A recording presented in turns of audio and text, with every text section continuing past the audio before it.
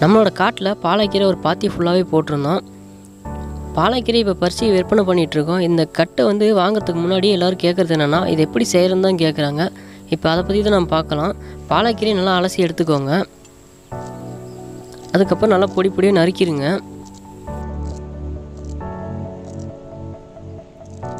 மண் சட்டியை அடுப்பில் வச்சு எண்ணெய் ஊற்றிக்கோங்க.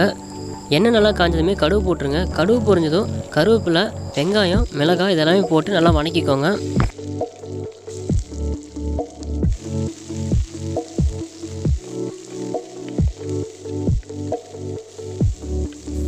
எல்லாம் நல்லா வணங்கினதுக்கப்புறம் நம்ம நறுக்கி வச்சுருக்க பாலக்கீரை போட்டு நல்லா வணக்கணும்.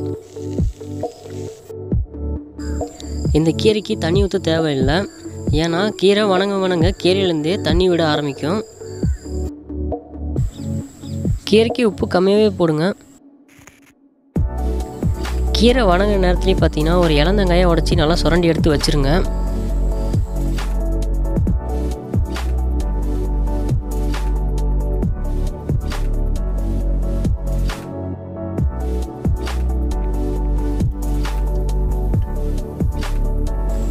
ஓரளவுக்கு கீரை வணங்கினதும் நம்ம தேங்காய் துருவலை போட்டுக்கலாம்.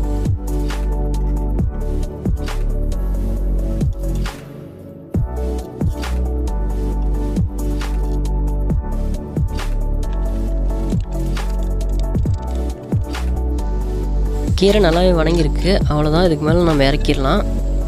இதனோட டேஸ்ட் எப்படி இருக்குன்னு நம்ம பார்த்துடலாம்.